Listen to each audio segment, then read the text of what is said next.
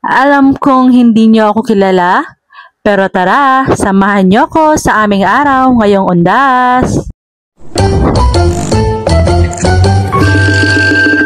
Undas na nga po ngayon mga person ko, kaya tara samahan niyo po kami na dalawin natin yung mga mahalan sa buhay na yumao na. Mauuna nga po pala tayo ngayon sa Gate to Heaven dahil magtutulos doon yung aking mahal na asawa at syempre sasamahan natin siya. Naglalakad na nga po pala tayo papunta doon. Hindi nga po masyadong madami yung pumupunta ngayon siguro dahil sobrang init. Mga person ko, kayo po ba? Ano po ba yung mas prefer nyo kapag pupunta po kayo sa mga puntod? Kami po ganitong oras talaga kami pupunta dahil mamaya ay sa Pampanga naman po kami.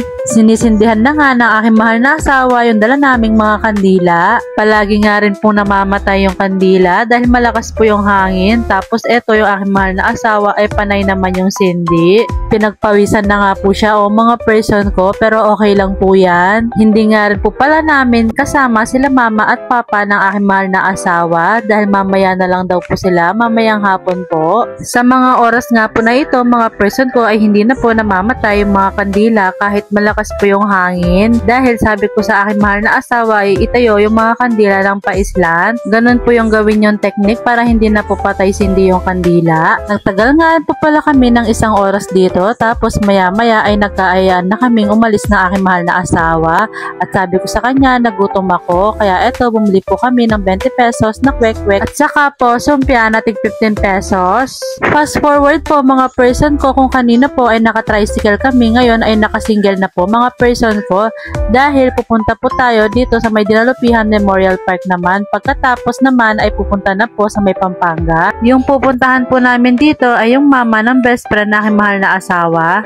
Siguro mga 30 minutes din po kami doon mga person ko. Tapos eto umalis na rin po kami. Nagbibiyahe na po tayo dyan palabas po ng Memorial Park. Okay po yung memorial dito mga person ko. Malawak po siya. Marami pa nga rin pong bakante. Habang nagbibiyahe nga po pala kami, nakaramdam na ako ng gutom. Kaya heto na, papunta na po tayo sa Pampanga. Nandito na rin po tayo sa may highway po namin. Fast forward po, nandito na nga po pala kami sa bahay. Tinanong ko agad si Minard kung kumain na sila. Sabi niya ay hindi pa daw, buti na lang nakahabol kami at sabay-sabay kami lahat. Lagpas 12 na nga yun, nakala ko hindi kami makakahabol. Pagdating ko nga sa bahay, sabi ko kain na tayo dahil nagugutom na ako mga person ko. Kaya ayun, tara kain po mga person ko. After nga po pala namin kumain mga person ko ay naghugas muna ako ng plato tapos nagpahinga at dumiretso na rin po sa Peaceful Memorial Park. Nauna nga po pala tayong pumunta dito at kung makikita nyo po ay hapon pa po. Nakakaawa nga po pala yung nagbebenta ng balon. Tingnan nyo po, lumipad po yung mga paninda niya, nabitawan niya daw po. Si Austin nga ay nagpakarga kay Tito Nonoy. Maya-maya lang po ay nagpaalam na po kami at uwi na po kami dito sa bahay.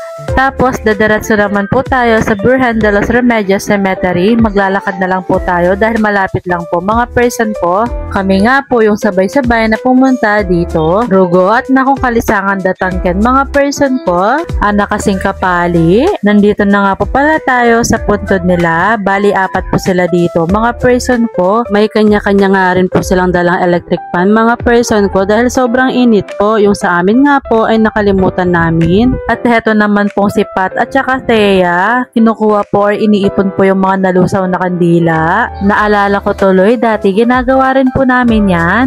Umalis nga po pala muna kami saglit doon at pumunta naman po kami dito kila Ate Apple. Dahil dito naman po si Tito Tony. Ayan nga rin po ay ninong ko din. Pagpunta nga namin dito ay inalok kami ng pagkain. Meron nga po pala silang pansit at saka kasawa cake. Umalis na nga po pala kami kila Tito Tony at ito naman po yung last na pupuntahan namin. After nga namin dito ay bumalik kami ulit dun sa lolo at lola namin. At dumami nga po pala tayo dyan. After po mag-stop ulit dito ay uuwi na po tayo mga person ko dahil gabi na rin po. Nauna na nga po pala kaming magpaalam at ayan nga po naglalakad na po kami. Sinama na nga po pala namin si Austin at dahil merong fireworks, saktong-sakto naman ay nabidyohan ito na aking mahal na asawa. Ang ganda. O siya mga person ko, hanggang dito na lang po for today's vlog. See you for my next one.